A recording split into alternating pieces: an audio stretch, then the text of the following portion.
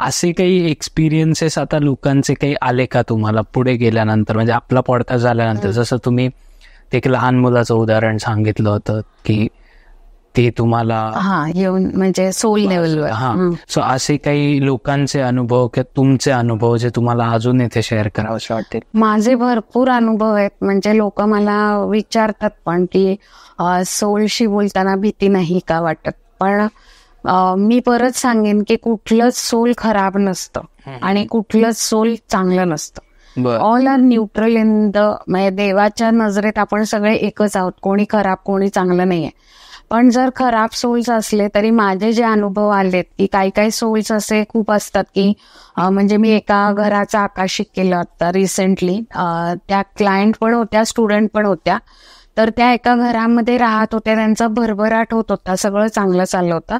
आणि मग त्यांनी नंतर त्यांना असं वाटलं की हे घर चांगलं आहे, सो आपण विकतच घेऊया, भरभराट झालाय. मग ज्या वेळेला त्यांनी डाऊन पेमेंट केली तर एकदमच घडी विस्कटली, म्हणजे त्या बँकरप्टच झाल्या. सो मग त्यांचं असं झालं की अरे हेच घर होतं आणि आता काय झालं. सो मग मी आकाशिक केलं. आकाशिक मध्ये लक्षात आलं की त्या घरात एक लेडीचं सोल होतं. ओके. आणि ती लेडी अशी 40-45 इयर्सची असेल आणि त्या लेडीचे हजबंड तिला सांगून गेले होते की तू इथेच थांब, मी पैसा कमवायला चाललोय आणि आय रिटर्न, मी परत येईन, मग आपलं संसार सुखाचा होईल. सो ती लेडी त्या वास्तूतच होती. तर जोपर्यंत त्या भाडेकरू म्हणून राहत होत्या तिला काही प्रॉब्लेम नव्हता. रादर ती खुश होती की मला सोबत आहे घरात कोणी. आणि यांना पण मिस्टर नव्हते, सो या तिघी लेडीजच होत्या. सो ती कम्फर्टेबल होती. पण जेव्हा ह्यांनी ते घर विकत घ्यायचा प्रयत्न केला, मग तिचं असं झालं की हे घर माझ्या नवऱ्याचं आहे आणि आता हे त्यांनी विकत घेतलं तर माझा नवरा आल्यावर आम्ही कुठे राहू. पण हे ती विसरली होती की ती ऑलरेडी सोल लेवलला आहे. पण आपण म्हणतो ना तिचा जीव गेला तेव्हा लास्ट थॉट तिचा तो असणार आहे. सो त्याच थॉटनी ते सोल तिकडे होतं. ओके. म्हणून मग ते घर नाही त्यांना, म्हणजे मास्टर्सनी रेकमेंड केलं की घेऊ नका. आणि मग त्याच्यानंतर मी त्यांना जाऊन सांगितलं की तुम्ही त्या घरात जा आणि त्या लेडीला प्रे करा, फॉरगिव्हनेस मागा की आमचं असं काही इंटेन्शन नव्हतं की तुला घराच्या बाहेर काढायचं. तर ती लेडी खूप स्टबर्न होती, आधी ऐकत नव्हती. तर मी जेव्हा तिला हे सगळं सांगितलं की असं असं आहे की आता तू सोल लेवलवर आहे, तुझी फिजिकल बॉडी, आता हजबंड येईल की नाही त्याची गॅरंटी नाही, सो तू आता पुढे वाढली पाहिजे तर रिबर्थ होईल. तर सुरुवातीला नो डाऊट मला त्रास झाला. मानेवर तिने म्हणजे she was holding my neck, so हा पूर्ण पोर्शन माझा दुखत होता. आणि मग मी तिला खूप गोंजारत की तू मला इजा करून काही उपयोग नाहीये, कारण मी फक्त इथे गायडन्स आहे, पण तुला इन्कारनेट व्हायचं असेल तर तुला जावं लागेल. पण मग नंतर जो चेंज मी तिच्यात बघितला तो खूप ड्रास्टिक होता.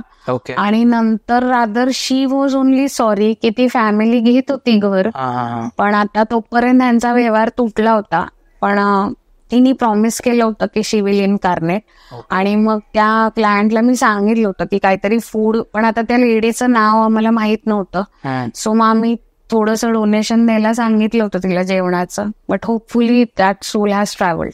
ओके. सो असं नाहीये की सोल्स खराब असतात. तर पहिली गोष्ट तर पॉडकास्ट ऐकल्यावर लोकांचं असं वाटतं की बापरे भूतांशी कसं बोलायचं. एक तर मला भूत हा शब्द नाही आवडत, कारण कोणीच भूत नसतं, हे सगळे सोल्स असतात आणि ते प्युअर असतात आणि काही ना काही कुठे ना कुठे त्यांच्या इच्छा राहिलेल्या असतात, म्हणून ते पुढे इन्कारनेट होत नाही किंवा त्यांना गती मिळत नाही. तर जसं आपल्याला बॉडी चालवायला जेवण लागतं तसं सोल्सला सुद्धा तिथे ट्रॅव्हल करायला जेवण लागतं. ओके. त्यामुळे आपल्या धर्मात जर तुला माहित असेल तर आपण 13व्याला पिंड हे करतो. त्याच्यानंतर एव्हरी मंथ त्या तिथीला आपण पिंडदान करतो. पण आता सगळेच बिझी आहेत त्यामुळे एव्हरी मंथ करत नाही आणि त्यांना ते खूप असं वाटतं की किती ऑर्थोडॉक्स पण आहे वगैरे वगैरे. पण इट इज नॉट ऑर्थोडॉक्स. आपण जे पिंड ठेवतो ते एनर्जी फॉर्म मध्ये त्या सोलला मिळतं आणि ते पुढे जातं. ओके.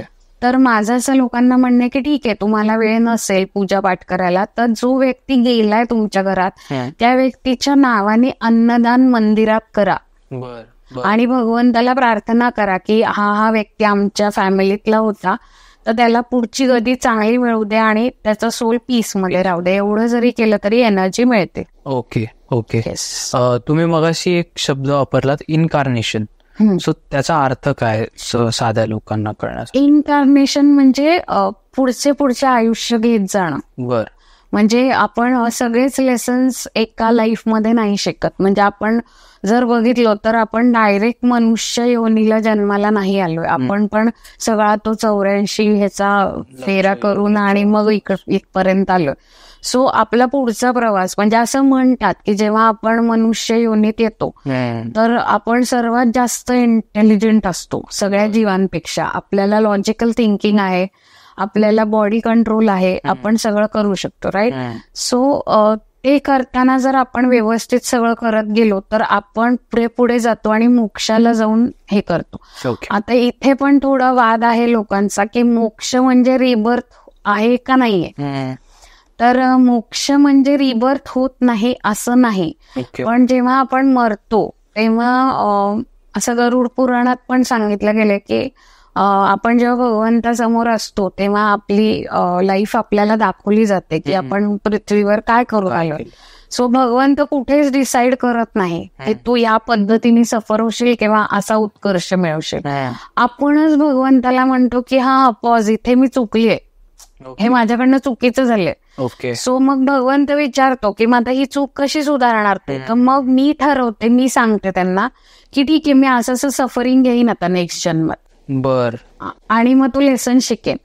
तर असं करत करत एक स्टेज येते जसे गौतम बुद्धांच्या लाईफमध्ये आली होती की आपण सगळी कामं विदाऊट इमोशन्स करतो आणि चांगल्या मार्गाने करतो. जसं कृष्णांनी पण आपल्याला भगवद्गीतेत थ्रू सांगितलं आहे की सगळी कामं करा विदाऊट एनी अटॅचमेंट. सो जेव्हा ती आपल्या फेज येते आपल्या लाईफमध्ये तर आपण म्हणतो की रिबर्थ पासून वाचलो, कारण आता कुठलेच लेसन्स राहिले नाहीये जे शिकायचे आपल्याला. पण मग आपण रिबर्थ घेत नाही का? आता आपण रिबर्थ घेतो. मग रिबर्थ आपण कसे घेतो तर गोंदवलेकर महाराज म्हणावं, गजानन महाराज म्हणावं की त्यांना ते ऍज अ एंजल्स आपल्या, आपण म्हणतो इंग्लिशमध्ये एंजल, तर ते लोक काहीतरी काम घेऊन येतात पृथ्वीवर की मला याचा प्रचार करायचा आहे, मला माणुसकी काय असते शिकवायचंय, विश्वास काय असतो. तर मग आपण त्या लेवलला जातो की आपण ते शिकवायला मग येतो. पण ते आपल्या हातात आहे, मग आपण कंपल्सरी त्या लूपमध्ये नसतो. सो म्हणून आपण म्हणतो की इन्कार्नेट व्हायला आपल्याला लेसन शिकायला लागतात. बरं.